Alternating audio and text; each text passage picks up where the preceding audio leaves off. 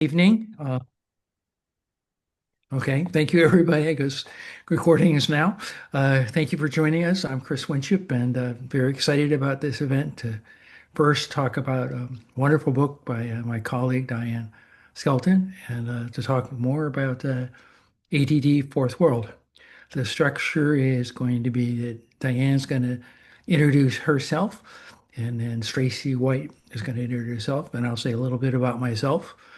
And then we'll talk at greater length about the book. And then we'll have a time for sort of your comments, thoughts, and questions. So take it away, Diane. Oh, Sure. Diane. Um, yeah, so I will introduce myself. I'll also say a little bit about HED Fourth World for anybody who may not be familiar. So it is a movement that's against poverty and for human rights that seeks to build community to counter poverty. HED Fourth World is led by inclusive governance with people who live in deep poverty. And we have members who are on every different continent from a very wide diversity of social and cultural backgrounds, religious beliefs, philosophical convictions. What brings all of us together is the approach we have that's to continually seek out people who are isolated by persistent poverty. In any low income community, you have some people who are very dynamic, but we are looking for people who feel completely trapped by poverty. And together, we choose our priorities in order to build bridges between people in poverty and other citizens and decision makers. So, my role in ATD Fourth World is as part of our International Volunteer Corps. The International Volunteer Corps, like the Peace Corps, it's something you're doing full time, but it can be much more long term. I joined ATD's International Volunteer Corps when I was 19, and that was a very long time ago. Our ethos is of equality, shared responsibility, collective reflection, and interdependence. What this means concretely is that each of us is receiving the same minimal salary, and it's linked to the cost of the country, cost of living in the countries that we're posted to. It's regardless of our seniority or responsibility, we're all earning the same amount. We're also available in the International Volunteer Corps to live and work in different low-income communities. It might be in our own country, it might be abroad, and we're available to change responsibilities and locations according to the overall priorities or the needs to reinforce specific teams. So, for example, when my children were young, I was part of ATD Fourth World's team in New York City. And then when they were 14 and 11 and 2, we moved to Madagascar, where we were supporting the team there. Right now, I'm speaking to you from London in the UK, where my role is as head of ATD Fourth World's Giving Poverty a Voice program. The structure of ATD Fourth World's Volunteer Corps is unusual. We organize our work to be as strategic as we can, but the inclusive governance that I mentioned and our flat pay structure are part of this effort to create a very ethical and transparent lifestyle that can challenge inequality, excessive consumption, and traditional organizational hierarchies of salaries and power. Today, there's about 350 of us of 37 nationalities in the International Volunteer Corps, working in very small teams across North and South America, Africa, Europe, and Southeast Asia. And coming back to our overall ethos in ATD Fourth World, we aim to reach people who are the hardest to reach. There are many services that are led by targets, and they don't actually reach people who are struggling with the most disadvantage. We believe that people who have the most difficult lives hold the key to understanding and overcoming persistent poverty. Their lived experience and their knowledge are at the heart of everything we do. Another part of our ethos is taking people seriously. When people are struggling with difficulties, often society is focusing on their problems or what's perceived as their shortcomings. That's not what ATD Fourth World does. We start by recognizing that people have strength and determination and resourcefulness just to get by. We build on those important roles that people are playing in their family and their community, and we support them to realize their dreams and aspirations. Another part of our ethos is long-term commitment, because persistent poverty is long-lasting and complex and deeply rooted. And in society, often there's approaches to poverty that are actually short-term and are very narrow. We don't want to do that. We want to accompany people over the long term and move forward with them at their own pace, building our project around people's hopes and ambitions. We also amplify people's voices to co-create new knowledge. We believe that the knowledge and insight of people with lived experience of poverty is a vital element for building a better society together. We developed a methodology called the merging of knowledge, where we create conditions so that people who are in poverty can strengthen their own support network and develop the skills and confidence to be collaborating on equal footing with academics and policymakers. And our governance is inclusive. We're not a traditional service provider. Our ATD Fourth World community includes members of the International Volunteer Corps that I was talking about, people who are activists with lived experience of poverty, like Stacy is going to talk about, and allies like Chris. And all of us get involved in every aspect of what we do, from project planning to evaluation, fundraising to campaigning, administration to governance. And I think I'm going to stop there and pass back to you, Chris. Dr. Stacy, please. Stacy, please take it away. But you're on mute. You. There we go. Thank Okay. you so much, everyone, for joining today. I'm really grateful to be here with all of you. Whether you're new to ATD Fourth World or have been a part of the movement for a long time, I appreciate you taking time to show up for this webinar. For much of my life, poverty wasn't something I read about or studied. It was something I lived. And like others in poverty, I learned how invisible poverty can make someone feel. Decisions about us were discussed in meetings and policies with really any input from us. When I first walked into the doors of the Fourth World House in New York City, I felt the friendliness, the warm welcome greetings, the people who introduced themselves and asked, "How are you doing?" The diversity was even amazing to me. After speaking with volunteers, activists, and allies, ATD Fourth World seemed as if I had stepped into a whole new world. Joining ATD was never a second thought for me. I joined to be part of a movement that had a different approach to poverty. People weren't treated as problems to be solved. The movement seen me as a partner and an expert in my own life. They believed the systems were more focused on fixing people instead of fixing conditions that kept the people trapped in poverty. I was made to feel comfortable talking about my life experience without feeling humiliated or judged. Poverty is set up to feel like a personal failure, when in fact it is a human rights issue, and joining ATD, I learned this. One thing that truly amazed me was the commitment volunteers have to listening to those of us who often are ignored. It is a safe space that starts as the foundation for change. They don't give you hopes or dreams to let you know poverty is a quick fix. They let you know poverty. Joining ATD, I learned that poverty is long work. That it takes a lot of work and it's not a quick fix. I never expected to build trust, a relationship, or even solidarity within the movement. It was not hard to see that this movement was not just talk. Joining ATD showed me justice wasn't just a conversation around the dinner table, but it was practiced. You learn they are about challenging hard systems and asking hard questions. I joined the movement that gave me a voice and others like me living in poverty. Having a voice made me feel more powerful and confident. My voice would be counted, not drowned out. Joining them gave me the opportunity to question systems and to be taken seriously, to not feel that I wasn't good enough or capable to speak on behalf of my life.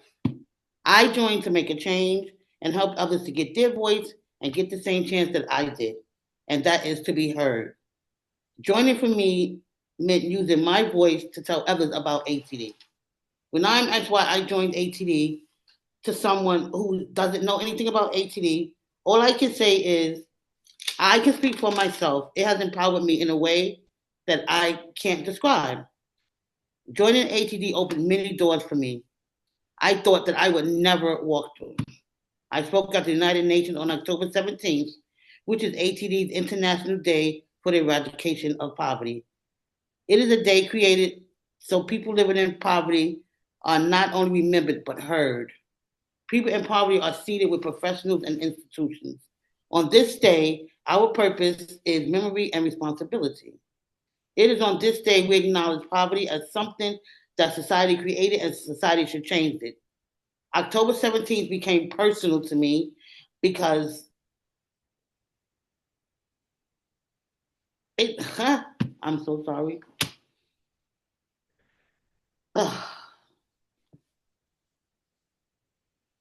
You're doing great, Stacy. I'm sorry. I get so emotional talking about ATD. Ooh, because it showed me what ATD told me since joining, and that was that dignity isn't given. It's something ooh, that grows when people are given a voice to tell their story. Oh boy. Okay, excuse me. Okay. That day changed how I saw activism. It wasn't about who can shout the loudest, but more about creating spaces where truth didn't have to fight to exist. I also had the honor of watching other activists speak over the years at IDEP. And I can proudly say that the words we speak at the UN carry weight. And once you experience being truly heard, you leave feeling changed. And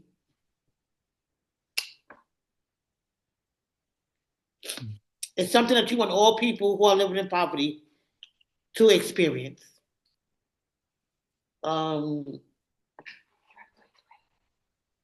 Since joining ATD, I have been a part of many events, Story Garden in Brownsville, Festival of Arts Learning, which is held every summer in Brownsville.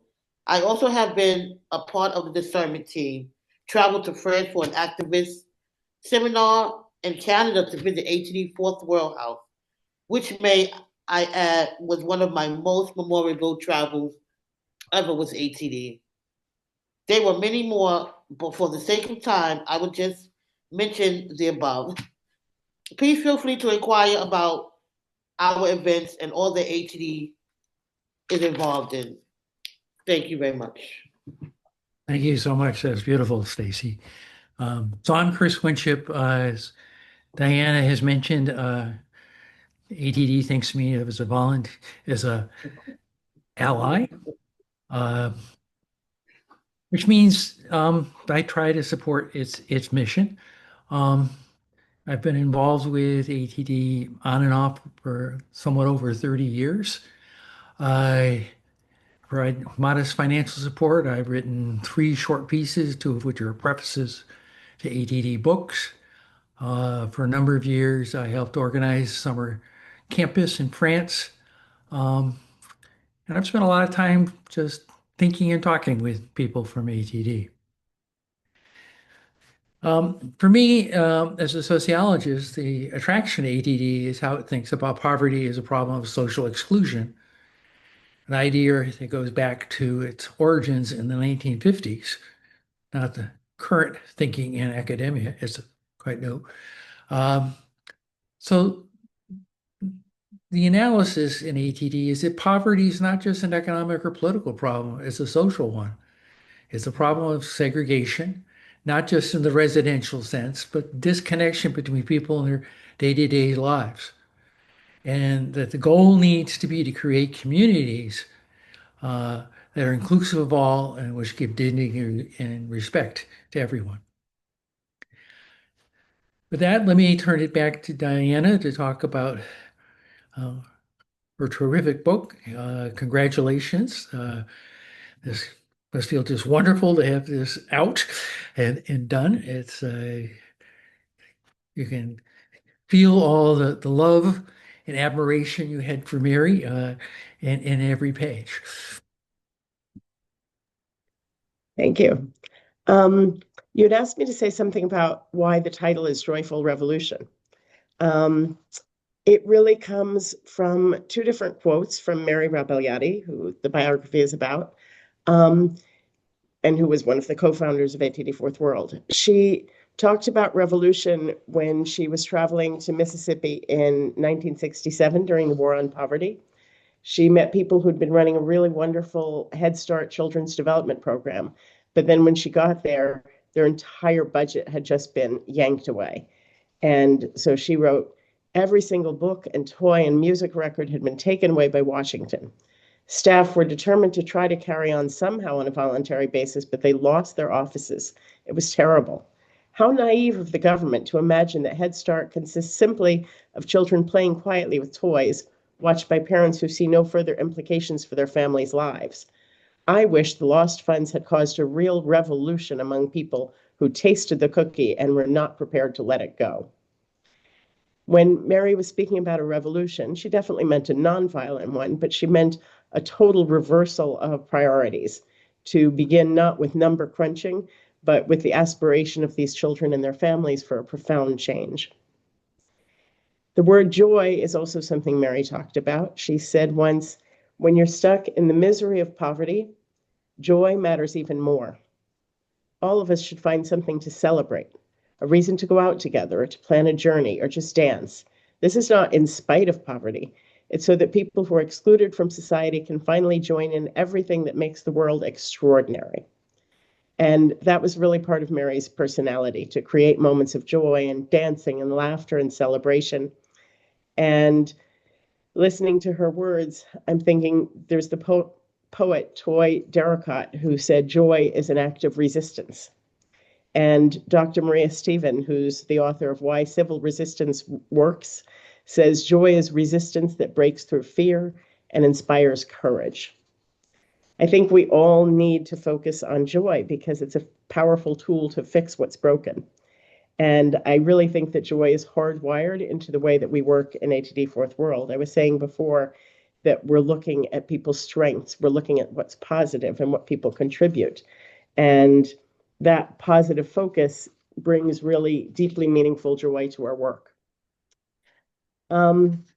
Another reason that I wrote this book is because I was really lucky to get to know Mary Rabagliati in person, and also to meet ATD Fourth World when I was young, because I feel like all of us together, and it's exactly what you've been talking about, Stacy and Chris as well, we belong to a community with a shared purpose. And this feels so meaningful to all of us. So that's what the book is for, because I want to share that with other people. Mary called our work part of a movement. And I think that's really important. It's a phrase you used, Chris, was to say a movement is not concerned with sharp boundaries. We're not looking for who has a membership card or not. We feel that we're connected to the work of many pioneers in social justice who came before us. And every time we go to a new place, we find people who are struggling in poverty. And we also find people who are really determined to overcome injustice. And that's all part of this movement for social justice. The word movement was the very first name that ATD Fourth World used in the United States. We used to be called a new movement for a new community. And we're still very focused on that word community. When ATD Fourth World in the US had strategic renewal dialogues all last year, the conclusion was to say the most important thing is building community to counter poverty. That's the movement that we're focused on growing, because the social and psychological dimensions of poverty are about disempowerment and stigmatization and exclusion. Our goal is to build communities of inclusion that all of us can be part of. So I'm wondering if I should maybe stop there and let you all talk a little bit. I don't want to go over my time. You're still within time. Well, I mean, you can say, because you had also asked me to say things about the name ATD Fourth World, where it came from, and about what it means to spend kind of a whole life in the International Volunteer Corps. Do you want me to Yeah, talk? you've got like, 3 to 5 minutes more. It's fine. Okay. I just don't understand the schedule. Yeah, so I did get involved in ATD Fourth World, quite some time ago. And I think the reasons that I've stayed with it for a really long time is because of how fulfilling it feels. partly because of what I already said about joy and starting with people's aspirations. Um, I think, we're in a world where we worry a lot about natural resources that we've plundered, but there's also a natural resource that we've not taken advantage of. And that's all the intelligence and the contributions of people in poverty who have something to contribute to making the world a better place. And that's our focus in ATD Fourth World. So I find that very fulfilling. Now, there's another thing that really makes me feel good about connecting to ATD Fourth World. And this is going to sound a little bit negative. It's another quote from Mary Rabagliati. She was very, very frank about things that were going wrong, times when she would kick herself for losing her temper, when she would be frustrated, exhausted. And she had this term for all our day-to-day bitchiness. She wrote that in an editorial, which I love. And it's true, we all have those moments. And we're, incredibly diverse in ATD Fourth World, like everywhere. We can disagree very strongly on what's the best path forward. But we do agree we have this common purpose to seek out people in the most challenging situations of poverty and to think with them about how not to leave anyone behind. And we try to make a priority of trying to support one another to avoid burnout and to keep looking for the joy. And I think my very last reason that I'm really happy to be doing this is the way that we work on our approach to inclusive governance on an international level. It's very unusual that we bring together people in deep poverty from a lot of different countries and continents. We know that overcoming poverty requires that. If you're trying to fight a disease, you want to bring together the best medical experts from all different countries. And it's the same thing with poverty. People who are experiencing it in very different places have different pieces of expertise to bring together. So that's a really unusual thing to be doing together, and I enjoy it a lot. Okay. Stacy, tell us about your thoughts from the book. I know you're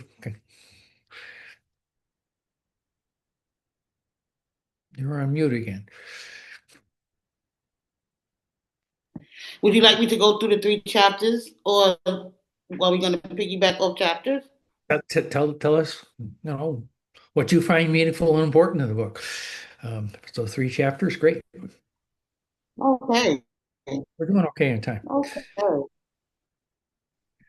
Well, I want to start with it really was, and it really, and if I could show you my book is folded. It has so many parts folded, and it was really hard to pick different chapters for me to speak about, because to me the entire book is deserving of speaking about the chapters. But I did minimize them, and I got down to the 3 chapters that I wanted to. So the first chapter I chose was chapter 1.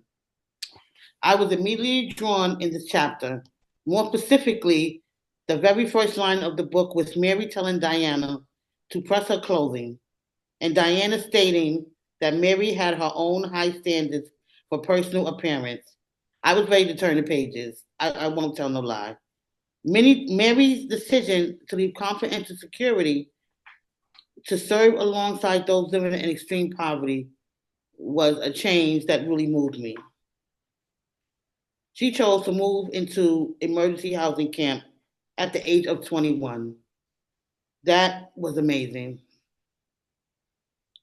In this chapter, I learned that social change starts with shared struggles, shared spaces, and shared meals.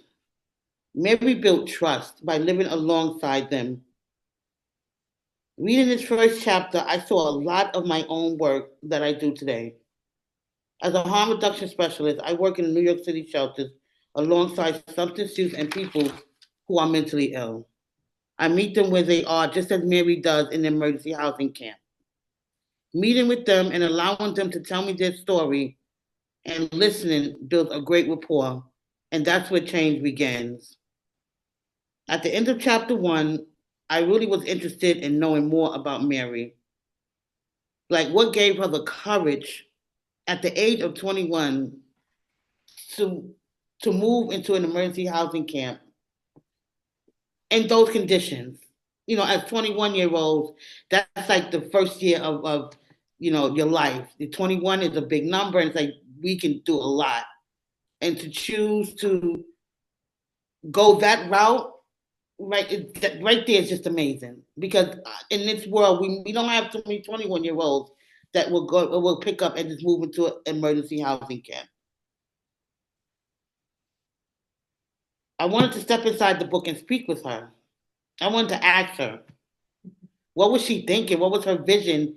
What was she going to do? This chapter had me so intrigued that I was ready to skip chapters and just to read what Mary did at the end of the book. But I chose to not do it. I chose to just read the book like a regular book, but it really intrigued me. Also, from this point on, Diana gave the reader a feeling of immersion, and it continues throughout the book. Her use of personal details and lived experience created a sense of closeness, almost like I was walking alongside Mary. The emotion instead of it felt so real. It's as if I was walking alongside her. Each and every part that she talked about, it was amazing. And it's very few books. I'm a very avid reader, but it's very few books that actually made me feel that way. It's like it was like an out of a body experience. I that's the most I can describe it. I was there with her. Mary's work was grounded in humanity. She made people feel like they mattered. She didn't see people as problems. She saw people with knowledge, experience, and dignity. She was there for people in any way that she needed to be. And from this chapter, I see Mary as a warrior, and I wanted to just read more and more about her. She became more than just a warrior. She became a conqueror. She became a champion. She became that girl by the time I was finished with chapter 1. My next chapter was when Mary and Father Wazinski visited New York City. Mary and Father Wazinski visited New York as ambassadors for dignity. This showed courage to step inside an unfamiliar space and representing those that are unheard. This visit exposed the inequalities. It also showed them the differences and similarities in poverty. Because like many people from New York City, it's seen as a place for wealth and opportunity. It showed them that exclusion and poverty doesn't only exist in certain places, it also exists in places that appear prosperous and powerful. Poverty looked different in what they knew in France. Here in New York, poverty and homelessness is more public, and you see people sleeping in streets, subways, or shelters. In New York City, there's access to services, safety nets. It takes a little bit of time. They do exist, but we have a lot of black. You know, the support is inconsistent. France has social programs as well, but access is different because of stigma and bureaucracy. There are similarities in New York and France poverty. People are treated as a problem and not listened to. Our dignity is threatened because systems prioritize rules over humanity. The comparison was really eye-opening. It showed poverty was about visibility, respect, and connection. When people are listened to, trusted, and included in shaping solution, it transformed in France and New York. It was also a different kind of suffering they saw. It seemed disturbing to Father Wazinski in New York, with poor. Oh, sorry. It seemed disturbing to Father Wazinski. In New York, people were poor inside abundance.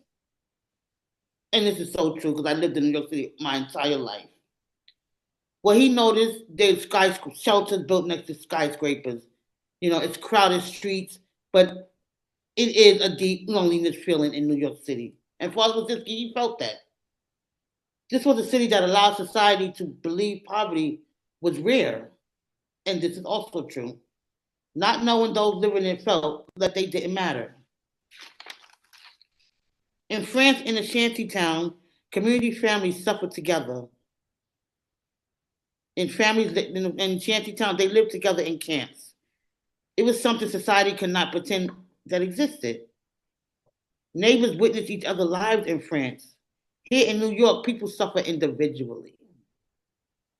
Families are torn apart. Institutions replaced, human bonds are even broken. Poverty is well hidden in New York City. And I say this because there's a big shame and stigma of being poor in New York City. It feels like an embarrassment, although by no means it is.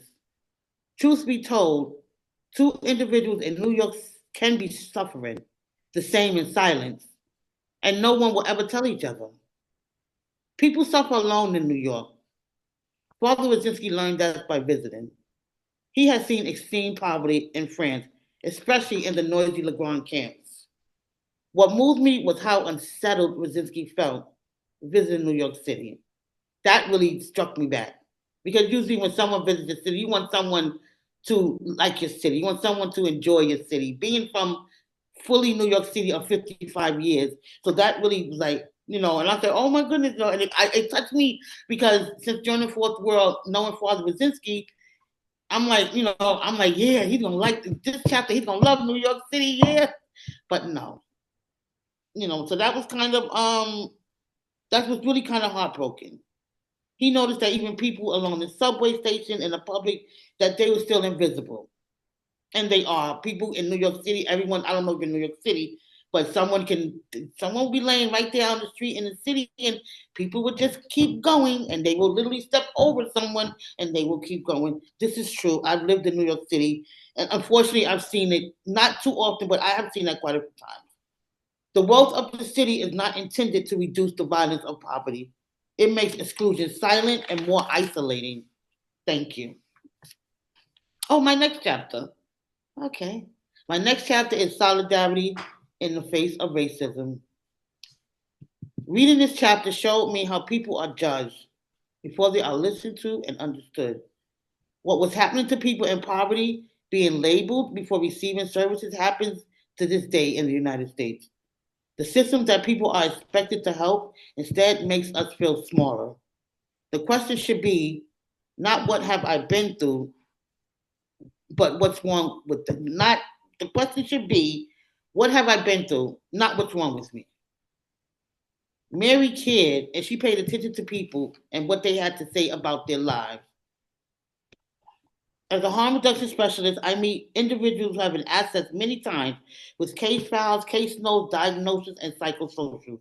But in reality, those doing the assessing are not listening. So the people feel unheard. So then when they find someone that genuinely listens and believes them, they open up differently and become more active in taking charge and making changes in their own lives. It's just what Mary does with those who are misunderstood. She gave people the time and space. She stays there alongside them until they feel safe enough to speak, to be open and honest about their lives and even their strengths starts to show, and they are no longer invisible.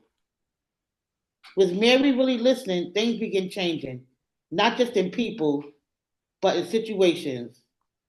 It's as if they could feel their dignity returning. What also stood out for me was the hard truth to swallow that poverty is experienced differently in people's lives. The color of our skin shaped how people are treated, believed, and feared. They even interpret our suffering. This chapter showed exclusion, it questioned credibility, justified harsh treatment, and broke solidarity among the poor. It was most important to learn how to confront racism openly, calling it out when it happens, standing beside those being ridiculed, and be proud of feeling humiliation and never leaving their side. This showed me that solidarity begins the movement and the person's humiliation becomes unbearable to you personally. Thank you. That's great, Tracy. Thank you. Thank you. Well, I've also read the book, and the first thing it did was motivate me to talk to Diane about like maybe we could do a webinar.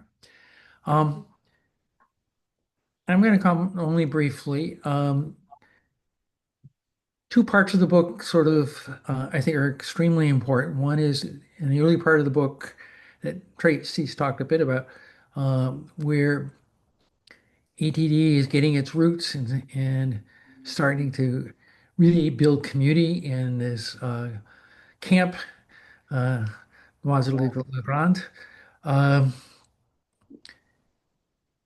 this is a camp. It's in France. There's this huge housing crisis in France post World War II. Uh, these people are living in Quonset huts, essentially big tin cans. They're on their sitting on their sides. They're using latrines. They're having to use water pumps. There's mud all over the place. Um, it's pretty extraordinary. The other is later in the book. It's it's more like the 60s, where Mary goes to Freemhurst to just a house where poor people are living. And what's interesting about both of these parts of the book is they really go into sort of how difficult it is and challenging for everybody involved uh, to create community. These are situations where there are not a lot of resources. Many people have extremely challenging lives that they're having difficulty really make work. I thought I would just read a short statement from Mary uh, that I think brings a bit of this home. I never found that team life was easy because we aim to fight on the side of families others exclude, families we ourselves may struggle to accept.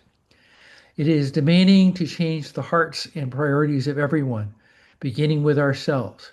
For me, the volunteer corps remains as difficult as when I started, and yet I consider living together very important because it is where we learn the continuous personal transformation that each of us needs and which takes place through shared daily life.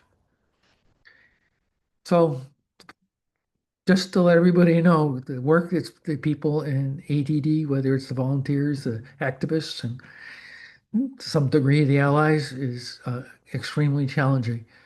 I thought I wanted to end my comments in a little different way, which is, as I've noted, I've been sort of involved with ATD on and off for 30 years.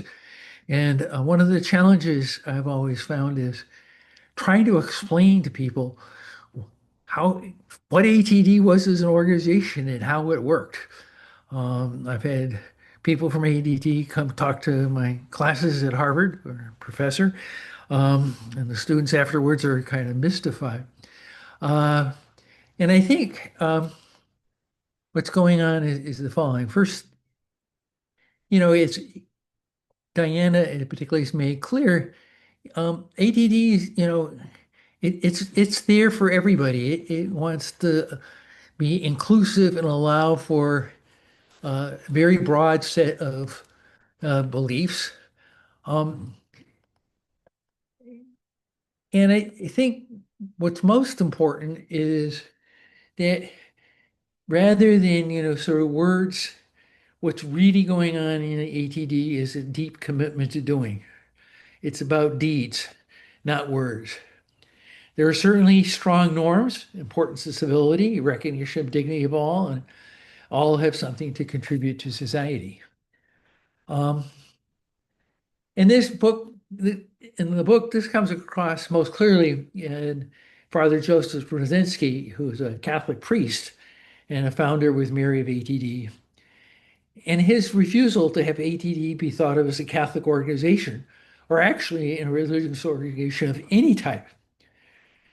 Quoting from the book, from him, ATD had to remain open to each and every person, no matter their beliefs.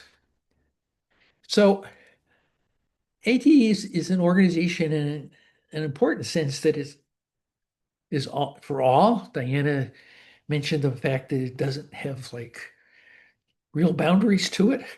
Um, it is very, very diverse, consisting of people from a host of different countries, races, different social economic backgrounds, different political and religious orientations. And in the work it does, it works a lot with the UN. It does important work with the World Bank, various national economic councils, and I say, even willing to work with people from elite organizations like Harvard. Uh, at the same time, People are living and working with people who are in extreme poverty. So in focusing on the doing, I think ATD creates a way of life for those who belong to it and those around it. Um, so as a sociologist, I've long wondered how ATD could be such a diverse and open social movement. It certainly has a well-defined set of goals. There are strong norms, but in an important sense, I mean, it isn't driven by an ideology or a litmus test. In one sense, you could say ATD doesn't have a strong identity, which I think maybe is what makes it hard for people to understand. But what it does have is a strong sense of community to find norms of inclusion and respect.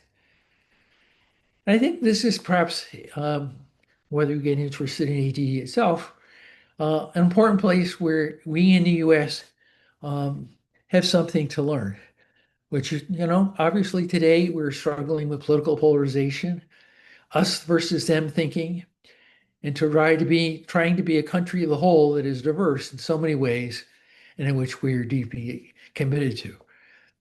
ATD, at least in a more smaller way, across its many, many different communities and different countries, as well as its overall organization, I think has really accomplished something quite amazing in terms of um, allowing for a kind of diversity, and yet at the same time having an organization and a movement structured around a set of goals and a set of norms. So with that, we're going to open it up to comments and thoughts and questions. You can feel free. Um, Colin here, who you've only heard of from very briefly, is going to monitor the people.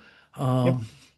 I think we are going to hear first from EKD, who is a former student of mine and who has uh, also been quite involved with ETD for a number of years, but certainly want to invite everybody to participate.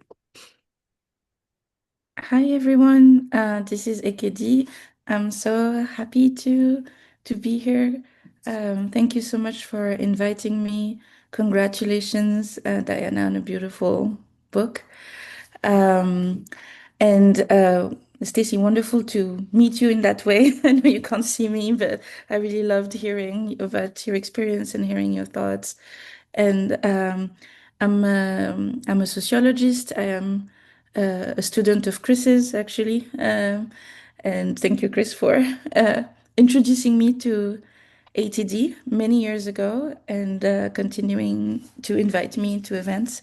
Um, so I loved the sample chapters. I have many questions, but one thing that struck me is how commanding Marie appeared on the page. She really leapt off the page. I was like, Stacy, like, I want to talk to that person. But also, she seemed extremely fierce. And that's something I've also heard say about Père Joseph. And it's even Mary herself mentions it in some of the quotes you gave, Diana. And so I have two questions. One is, can you tell us a bit more about Mary's background growing up? Because she was a fierce, feminist, independent woman at a time when that wasn't encouraged. So she had to go against something to do that. So I'd love to hear about those early years in her life. And the second thing is, could you help us think about the role of personal authority in the work that ATD does? Because every time I go to events, I'm always struck by how actually egalitarian ATD is and pretty flat in its structure. It's not hierarchical. It's not people lording it over other people.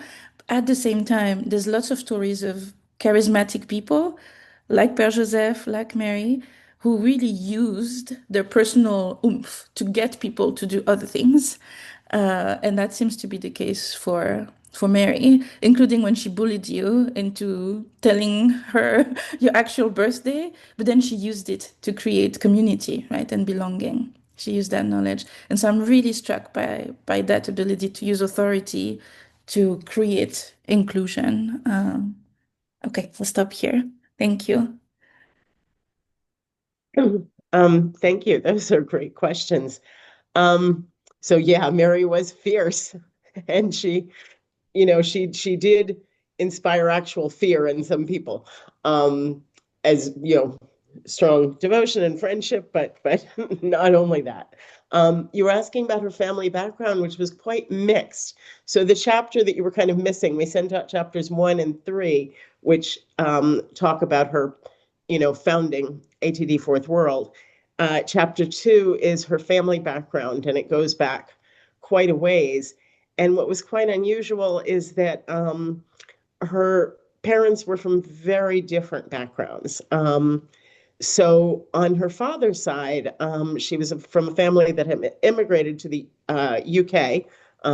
She had an Italian surname, but her father's family had a lot of success. I'm wondering, there seems to be one person who can't hear, but other people can hear me, yeah? Yeah, so there were a lot of people in her father's family who were MPs. There were women in that family who were strong suffragists, who were really striking out to stick up for example, young women who were having children who might not have been married and caring for them. A lot of really strong, groundbreaking women. On her mother's side of the family, she was living for a while with just her mother, who'd been widowed very, very young. When Mary was 1 year old, her father was killed in World War II. And her mother had been working as a chambermaid, doing housework in a hotel before she got married. And that was kind of what she went back to. And there was a little while in Mary's childhood where she was kind of running around without anybody watching her while her mother was working cleaning in the hotel.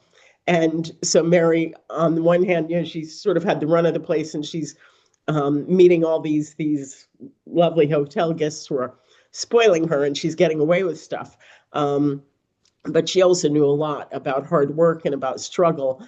And I think in a lot of the things she did with ATD Fourth World, this comes back to your question about personal authority. I think, the fact that Mary was very comfortable, both with people who happened to be mayors or MPs, and also with people who worked hard for a living, who grew up in a working class family. She could build a lot of bridges.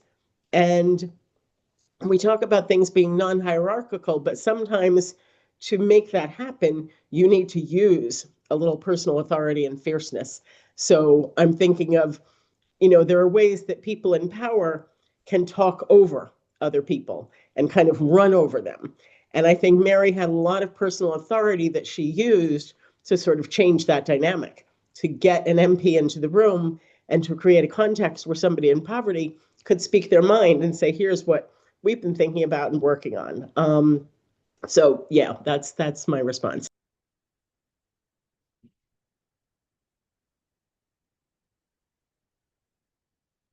Somebody else have thoughts, questions? Yeah, go ahead and raise your hands if you have any thoughts or questions. I think I see Dilla wanting to speak in the webinar chat.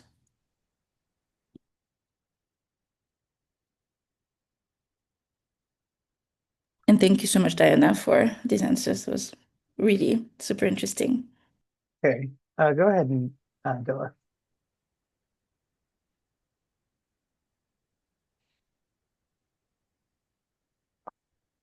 Oh, never mind. Margaret Gill. Yeah, I do. I do actually have a question. Reading the book, and I noticed Mary had her journal. Like, will there ever be? Which probably not. It's far fetched question, but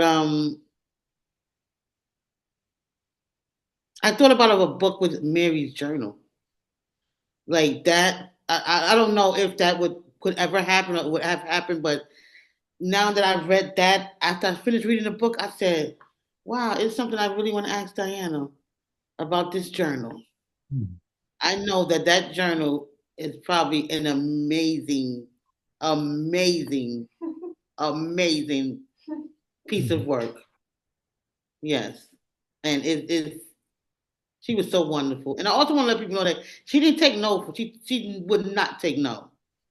Like I'm talking like I know her. Right? She would not take no for an answer. And it's funny because the day I read that chapter about Mary not taking no for an answer, I actually went to work that day and I was working with a client and um, they just and somebody, they were telling me that something that I could not do. And I was like, no, I'm working for my client. This is for my client. And I'm not going to have you deny my client what's right for him. And it was funny because I just finished that chapter last night. And in my head, she's in my head. And I'm like, if she's telling the people no, and we're both of the ATD, then yeah, then no, we're gonna stand here until we're gonna keep going and we're gonna go until my client gets what my client needs. And sure enough, I was able to stand my ground and get my client what my client needed. And that paid that homage to Mary for that happening. Yes. And I really appreciate this book, Diana. And it gave me strength as well. You really wrote this one. Yes. Yeah, I think you're 100% right. Mary was very bold. She didn't take no for an answer, and she had that in common with you. Um, it you were asking about her journal. So that was my way of referring to there's writing that in the International Volunteer Corps in ATD Fourth World, we do regularly, all of us.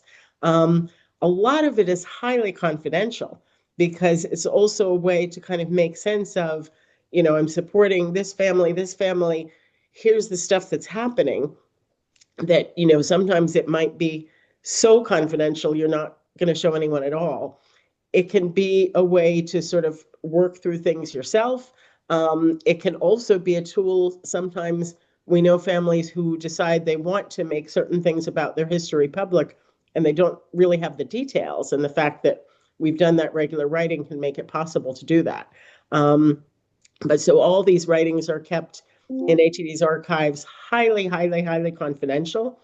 And, there definitely could be some other things that are made public because Mary was an extraordinarily good writer. And she wasn't only writing about people's personal lives. She's going to describe nature. She's going to describe what's going on. And yeah, she's just a very, very good writer. So that's one of the reasons I wanted to put a lot of quotes from her in the book. But yeah, she's written a lot of other stuff. There's a woman named Margot who has her hand up. Margot, do you want to speak? Diana, thank you. Can you hear me? Yes, it's going. Yeah. Thank you all. Thank you especially to a very special friend, Chris Winship, for allowing some of us to come into this community. You all strike me as people who are not going to take no for an answer. And so to just be part of this conversation and to hear from you what has sustained you and ways that you have found joy and brought joy to others is pretty spectacular at this particular moment in time. So two quick questions, and Diana, you were just starting to address it. In these magnificent communities that you have the privilege to be a part of over such a long period of time, how do you be sure that people's information is kept safe, and that when things need to be private for families, that is ensured? So dignity, absolutely. Opportunity to hear from each other across the world, that's a spectacular part of this. But how do you protect people's confidential information?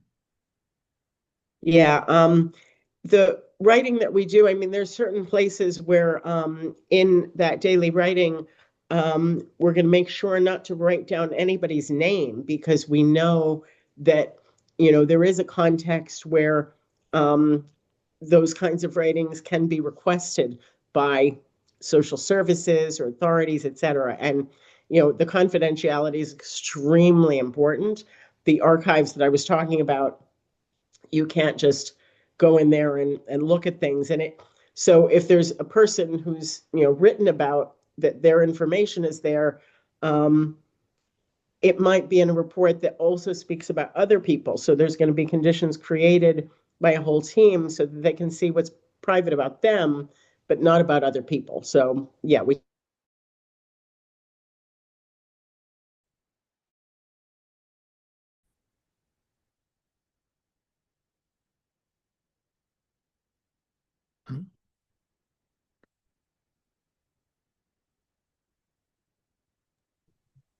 Babette, you wanted to say something. Can you turn on your microphone?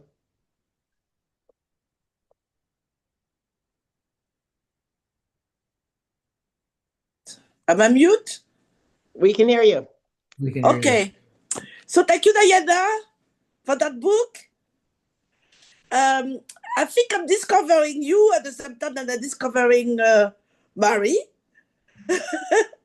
Because you, I didn't finish yet, but you go, you go in and out with your thought, what you think, and what you see from Mary, will make you, go the same way.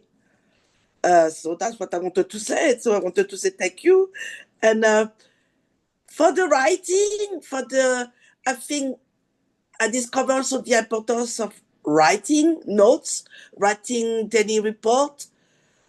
At this part, I'm very confused because I think there is things there is things who have to stay secret and belong to the family, and there are things who have to be published because it's terrible and something have to be done. The law have to change, and then so I'm very confused about that. That's my way of seeing things. I'm 100% for the writing, and at the same time, I think the writing should be secret, but there is things who should be public because that's the way we can change situation, because everything is written and everything is clear. That's it. Thank you for the book. Yeah. Thank you, Stacy. I think you're so right, Babette. And I think it's each person's choice. There's one woman who's quoted in the book saying something incredibly personal about herself, and she chose a fake name that she wanted to use for herself in that context to protect her privacy. But she also really thought it was important to say this publicly because she wants things to change for other people. But it's always going to be a hard question, and different people will make different choices. And just about what you said about the fact that there's things about me in the book, that wasn't my original idea. At first, my first draft was just a biography of Mary. But there was an editor who was helping me to try and find a publisher. And the advice she was getting from publishers is that to publish a biography of somebody who's not already famous, very, very, very hard. But the genre of memoir is actually kind of popular now. So my editor, Kate Evans, encouraged me to put things about my own memories into the book, which was quite scary for me. It's not a comfortable thing. But so I did that too.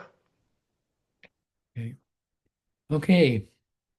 So I think this brings us to the end, at least of the recorded session. You all are going to get a follow-up email, a thank you. We'll be sending you another chapter. There'll be a way to buy the book at a discount if you're interested in buying the book. And there'll be ways if you're interested in kind of connecting and learning more about ATD. I've left anything out, Diana, Stacy, or Colin? Okay, well, Yep, that's everything. thank you all. No, I don't think so. I think that's everything. Yeah. Great. Yes. Mhm.